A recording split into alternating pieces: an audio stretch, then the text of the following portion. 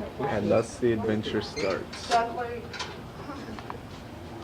we going? Where are we going? And don't touch a thing. That's caveman. Look at the caveman. That's Adam and Eve. This is the Garden of Eden with lions. Look at this person. He looks incredibly real, but so fake at the same time. Billy, that's so mean.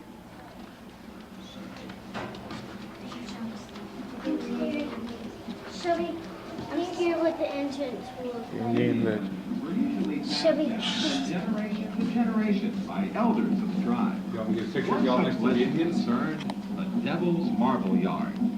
It is told that many years ago, two missionaries appeared in the Indian village and for a peaceful year converted many Indians to their religion. However, a drought hit the land. The Indians blamed the missionaries and their new god for the disaster, and one night dragged them from their beds and burned them at their altar. As flames engulfed them, a wild storm began. Missionary, he's And setting the woods on fire. Drops of blistering rain fell everywhere, killing everything they touched. To this day, the old worshiping grounds have remained a barren and desolate area. At times, the Indian tribes settled among themselves. On one occasion, the Monacan tribe was being pursued through the woods by the Shawnee and Powhatans. Suddenly, they came upon a great chasm, hundreds of feet deep, and their escape was cut off. Terrified at their impending doom, they fell upon their knees and prayed to the Great Spirit for deliverance. And miraculously, a great stone bridge appeared across the abyss. They crossed the bridge and waited for their pursuers. A great battle ensued, and the Monacans were able to defeat their enemies as they attempted to cross the bridge. Thankful for their victory, the Monacans worshipped the bridge from that time on. They called it the Bridge of God. indeed? Hey, George Washington. Shelby, this is In 1750, young George Washington served as a surveillance assistant to Colonel Peter Jefferson, Thomas Jefferson's father. While surveying Natural Bridge, it is told that Washington scaled some 20 feet to carve his initials on the southwest wall. Washington later led our country through the Revolutionary War and became our first president. How did I do that? Dude. Monster. Back to the Future 3. It's just natural. They look so alive. But if you poke them, they can't do anything. No? Oh, gotta wait for the camera, Michael. Ooh. Okay. I'm scared to death. In 1774, Thomas Jefferson applied for and received a grant for the Natural Bridge property from King George III of England. A few years later, along with Ben Franklin and John Adams, he drafted the Declaration of Independence. Destined one day to hold our nation's highest office, Jefferson was inaugurated as our third president in 1801. That's it. He looks like old Tom. He was ugly. Story of the future. Oh! There's a cat up there. Careful. Shelby, he won't attack you. They can't move.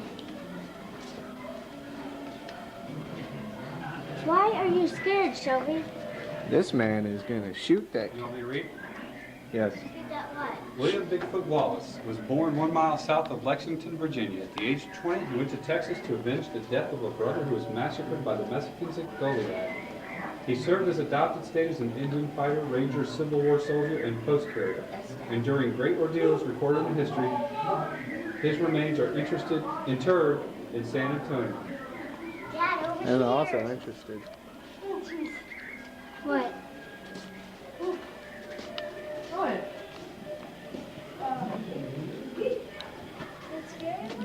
Legend has it that an early settler of Rockbridge County lived in a rough log cabin with his wife and dog. One day, a traveler appeared carrying a gallon of good whiskey. By the next morning, a trade was made and the traveling man remained with the cabin, complete with wife, while the husband took off with his dog and the jug of whiskey, never to be heard from again. Thomas Jefferson's slave Patrick Henry looked after Jefferson's cabin at Natrual Bridge. The lonely Patrick purchased a slave named Louisa, who became his wife. Louisa objected to being a slave as well as a wife, and acquired her freedom from slavery through a writ of manumission. A copy of this document is posted outside the cabin and gives all the interesting details. Great, that's just what I need. I want to see the copy of the... Oh, This is the first elevator in Natural Bridge. in front of you. That was that. Okay, shall I? You want to push it? Find your imagination. It's not my imagination. I know. Keep digging. Where's Shelby? Anyone missing a pot of gold? A group of strangers, supposedly looking for Survey's cornerstone, were observed digging at the northeast corner below the bridge. The treasure map they used is probably a fake. However, one foggy morning they left rather hurriedly, carrying a very heavy satchel, and were never seen again. Wait, there's two more. Right. I'm coming. I'm coming. Get caught. Get caught. Come on, let's go. Natural Bridge's first elevator. In 1834, stout-hearted individuals were able to do Natural Bridge by a mechanical iron cage, raised and lowered into the gorge by several husky men working a hand windlass. This enterprise was the brainchild of Captain Lackland, second owner of the bridge, and the round trip ride cost $1 per person. Whoa. It's an expensive elevator. A young student attending Washington College, later renamed Washington Lee, decided to immortalize his own name by carving it higher than George Washington's initials. He succeeded, but found that he couldn't climb down, so continued upward. At the point of exhaustion, he was saved by his companions who pulled him up over the ledge. See, that's what you get for trying to outdo George Washington. Right. And here's a boy tipping over an outhouse. Oh, those old practical jokers. Hey, there's somebody in there. Is there? Yeah. Let me see. The guy going, ah! Let me see. I do believe this is moonshine. Yeah. You're excused. What happened? He burped.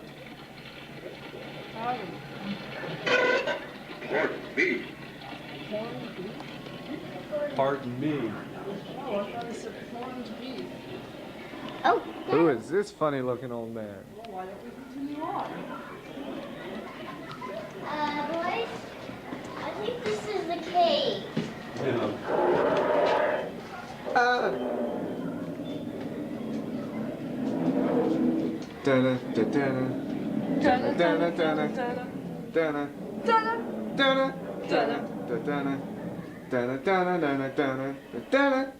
It's over Bentley.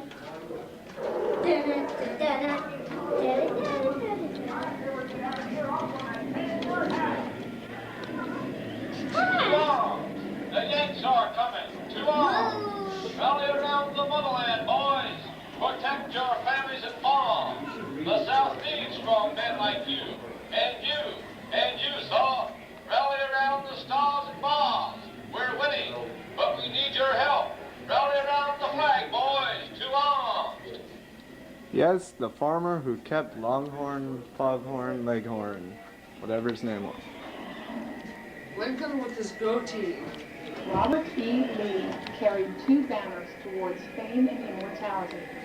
First, as a soldier, he was a man of supreme ability. Second, he was a man of rare integrity and a great spiritual force. He is shown here with Stonewall Jackson, his most valued general, and Confederate President Jefferson Davis. General Lee emerged from the Civil War not as a vanquished commander, but as one of the great heroes of American history. He is buried in the Washington and Lee University Chapel in nearby Lexington. very interesting Ow, fact. Shelby.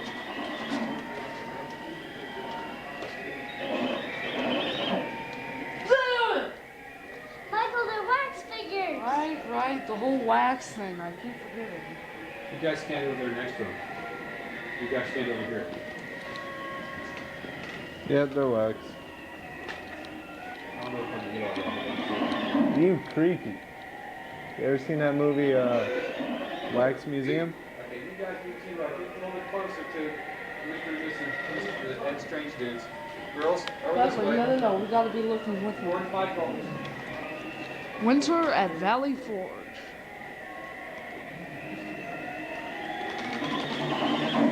Winter at Valley Forge. Hang on, guys. I need to change the roll.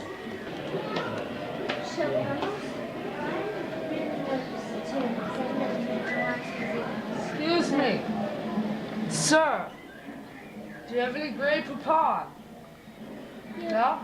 He's asleep. Is there no Michael. button? No, there's a button. He's not there. Oh, they took the button out. They don't have a button everywhere, Dad. That's Mr. Johnson.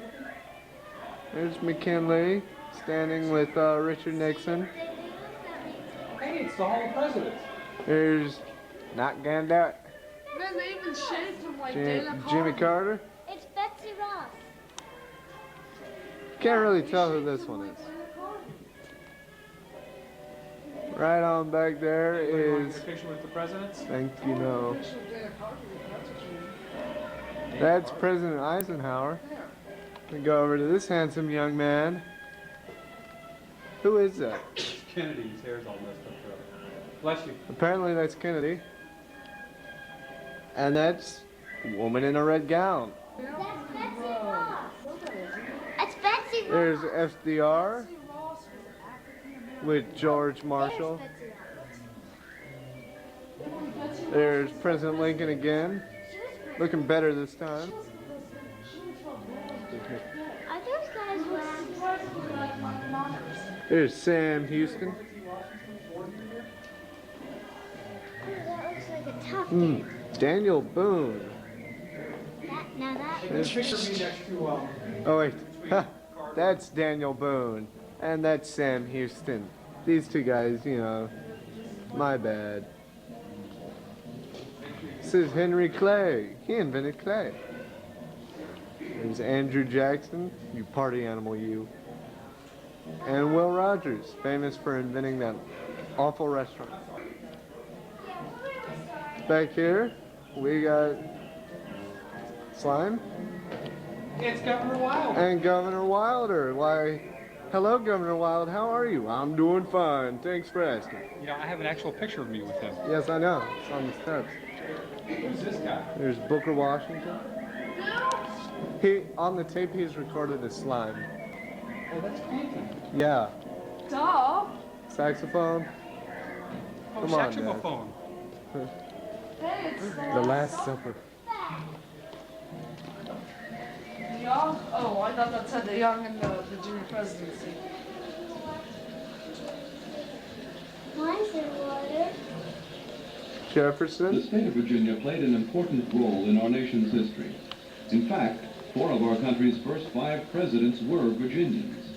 George Washington, Thomas Jefferson, James Monroe, and James Madison all did their part in guiding our country through its first crucial years.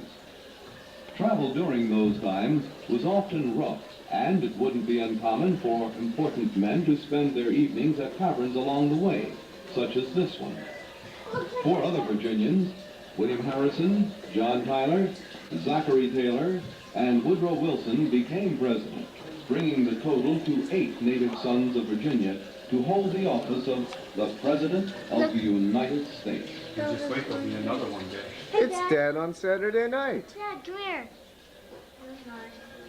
Hey, Dad, hang your pictures Last up Supper. here.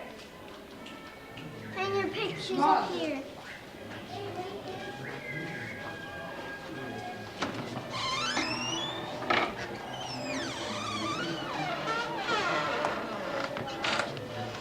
and the other people can't get in till the 19th screen. Oh wow. All right, have a seat. Front row. Look at that dude. You know who that is? It's Michelangelo da Vinci. Yeah. Okay. Are we supposed to press a button or is it just start? No, it starts every minute. Oh, and Or Leonardo Raphael or something. what? Bicker, bicker, bicker. The whole trip, Michael and Dad have been fighting. I think if you can see it through this blurry black image. Oh, shh, shh, shh, shh.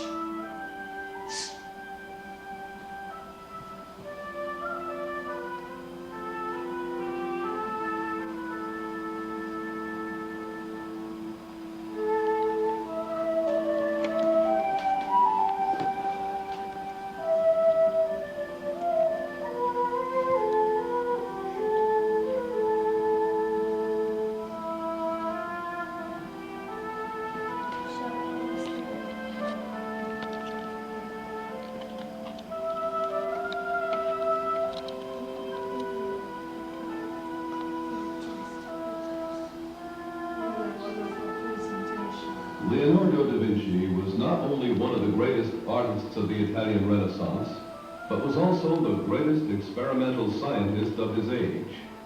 He was a painter, sculptor, architect, engineer, astronomer, geologist, and the leading anatomist of his era.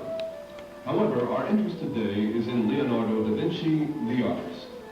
Although now quite faded by time, it is da Vinci's famous painting of The Last Supper that is still considered one of the greatest paintings in the world. It was from this painting that the artisans and craftsmen of the Wax Museum have drawn inspiration and created the presentation you are about to see.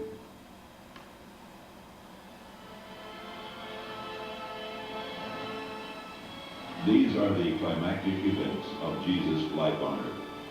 First is the most poignant moment, just after he has told his disciples at the Last Supper, "Believe me, one of you is to betray me."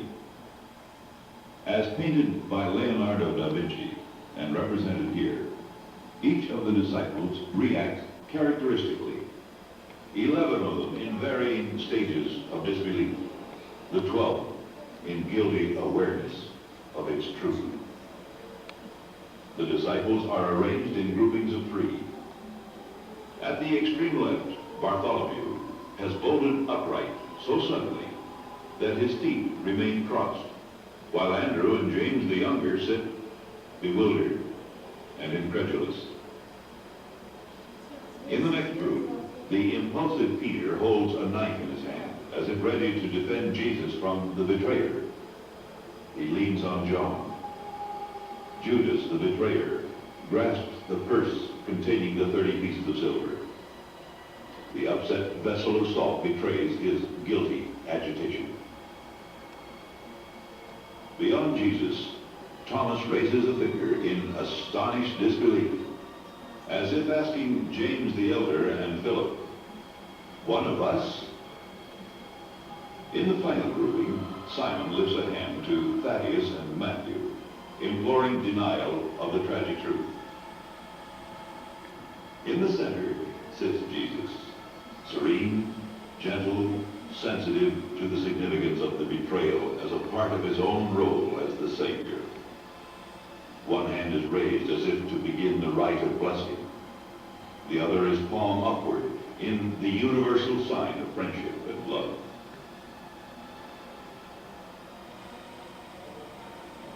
The climax of the Christian story is the crucifixion, which Jesus knew was the foreordained sacrifice fulfilling and dramatizing his mission in behalf of mankind. He suffered on the cross, sharing physical torment with 2 thieves, was mocked by the crowd and the soldiers, and expired as light gave way to midday darkness, and the earth shook.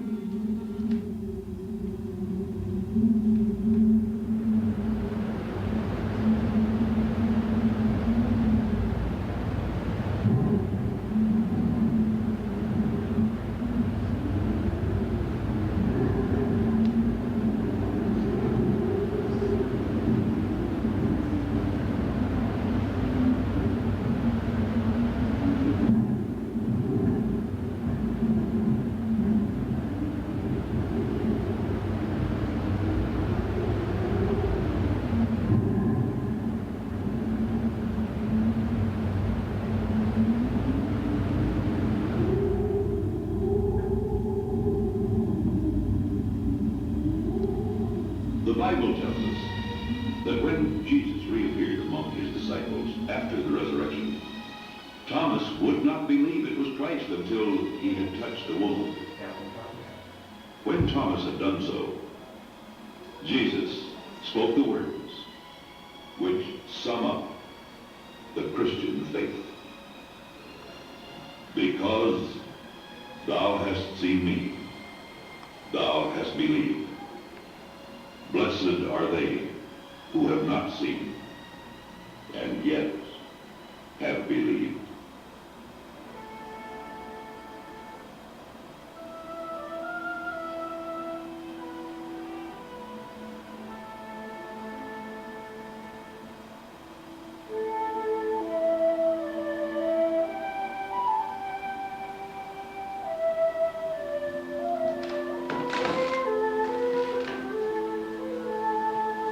So which one is it? Bag of silver pieces. You spilled the salt. Where? Right here. Judas. No, Judas. This guy. Oh, okay. See, he's got the bag in his hand. Oh. Bag of what? Wait, Judas. who's the devil?